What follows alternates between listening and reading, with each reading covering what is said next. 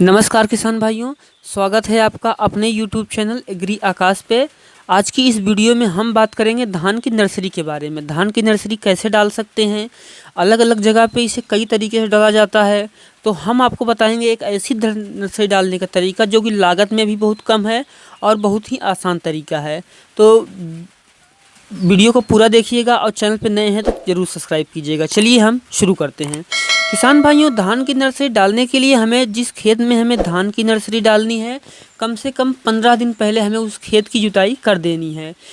कि जुताई 15 दिन कर देनी चाहिए 15 दिन पहले, क्योंकि उसमें धूप लगनी चाहिए। धूप लगने पे उस उत्पादन क्षमता बढ़ जाती है। तो उसमें धूप लग जाए और 5 दिन पहले, 5 से 4 दिन पहले हमें उस खेत को फिर से जुताई कर देनी है, अच्छे तरीके से जुताई कर देनी है।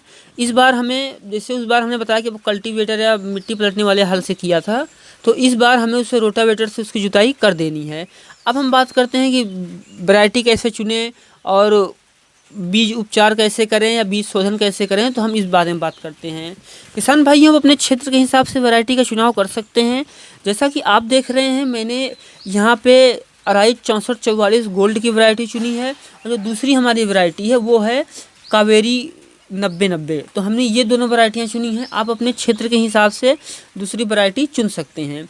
अब हम बात करते हैं किसान भाइयों की। जैसे आपने देखा होगा कि कोई किसान भाई 48 घंटे पहले बीज को भिगो देते हैं। कुछ लोग हैं बीज को भिगोते ही नहीं है, सीधा बुआई करते हैं। कुछ लोग होते हैं 24 घंटे पहले भिगो देते हैं, कुछ लोग 12 घंटे पहले भिगो देते हैं। तो हम आपको बताएंगे कि आप 24 घंटे पहले भिगो दीजिए। जैसे हमें कल सुबह नर्सरी डालनी है, वैसे तो आमतौर पे ये शाम को डाली जाती है, क्योंकि धूप भी नहीं होती है और गर्मी भी नहीं होती है। तो अगर हमें कल शाम को डालनी है तो हमें आज शाम को ही बीज को भिगो देना चाहिए।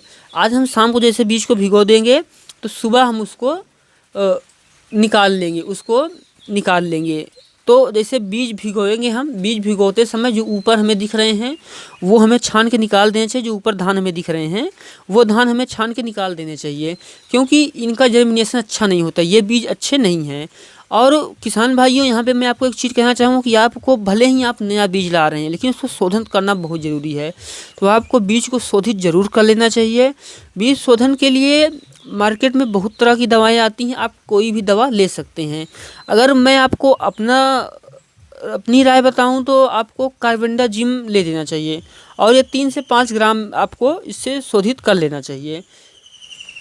अब हम किसान भाइयों बात करते हैं कि जैसे हमने बीज रख लिया, शोधित कर लिया, अब हमें बीज डालना कब है। बीज डालने से पहले हमें ये देखना चाहिए कि 24 घंटे में छोटे छोटे अंकुरण उसमें आ जाने चाहिए।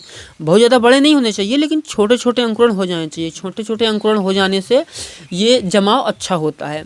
अब हम वापस आते हैं खेत पे। खेत का क्या है कि इसका तैयारी कैसे करें। तो किसान भाइयों, हमें जैसे हमने 3 दिन पहले आपको कहा, रोटावेटर जुताई कर देनी चाहिए। उसमें घास वास अच्छे तरीके से निकाल लेनी चाहिए।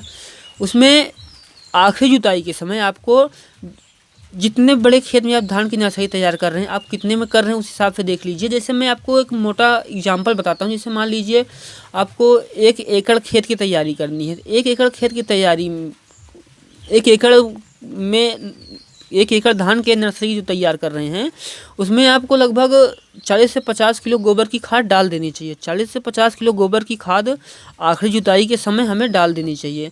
और जो हमें उसमें DAP डालना है वो भी हमें आखिरी जुताई के समय ही डाल देनी चाहिए, क्योंकि इससे क्या होता है कि मिट्टी में अच्छे से मिल जाती है, पहले से ही वो मिल जाती है। तो हमें ये आखिरी जुताई के समय कर देना चाहिए। ये हमें गोबर की खाद और DAP डाल करके हमें आखिरी जुताई कर देनी चाहिए।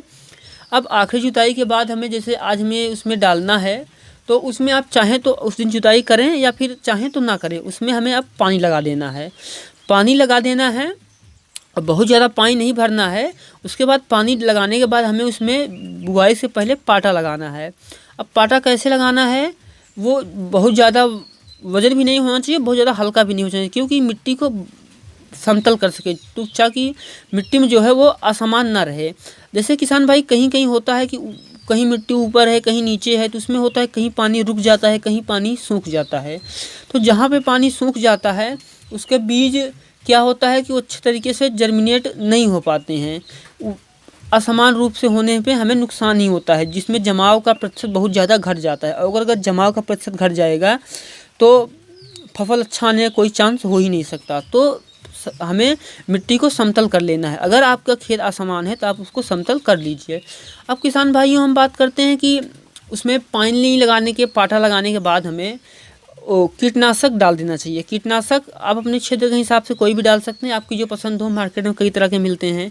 मैंने जो स्क्रीन पे देख रहे हैं, मैंने जो लिया है बायर कंपनी का ही है। मैंने बायर कंपनी का धान भी लिया है, बायर कंपनी का कीटनाशक लिया है। आप कोई भी ले सकते हैं, तमाम तरह के कीटनाशक होते हैं। अब किसान भाइयों हम बात करते हैं कि हमें इसमें बिजाई कैसे करनी चाहिए। तो जब पानी जब बहुत ज़्यादा ना रहे, पाटा लगाने के बाद थोड़ा पानी रहे, तो हमें उसमें बिजाई करनी चाहिए। और थोड़ा पानी रहे, जब पाटा लगाने के बाद पानी जो गंदा हो जाता है तो उस समय बिजाई करें। तो उससे क्या होता है कि हमें समझ में आता है कि बीज कहाँ कहाँ पे गिर रहा है, तो हमें उस वैसे उसमें बिजाई कर देनी चाहिए। अब किसान भाइयों हम बात करते हैं, जैसे हमने इसमें बिजाई कर दी, डीएपी यूरिया डाल दिया, कीटनाशक डाल दिया, शोधित भी कर दिया, हमने इसको सब कुछ कर दिया। तो अब जो ये नर्सरी है, ये हमारी नर्सरी, आगे हमें क्या करना है। तो किसान भाइयों आपको अपने खेत के हिसाब से, बारिश के हिसाब से आपको 2-3 दिन में इसको हल्का पानी देते रहना है। हल्का पानी देने से क्या हो, ज़मीन में दरारें नहीं आनी चाहिए। ज़मीन में दरारें आने से नुकसान होता है। आपको दरारें आने के पहले ही हल्का हल्का पानी 2-3 दिन में देते रहना चाहिए। अब किसान भाइयों हम बात करते हैं कि इसमें लगने वाले रोगों की।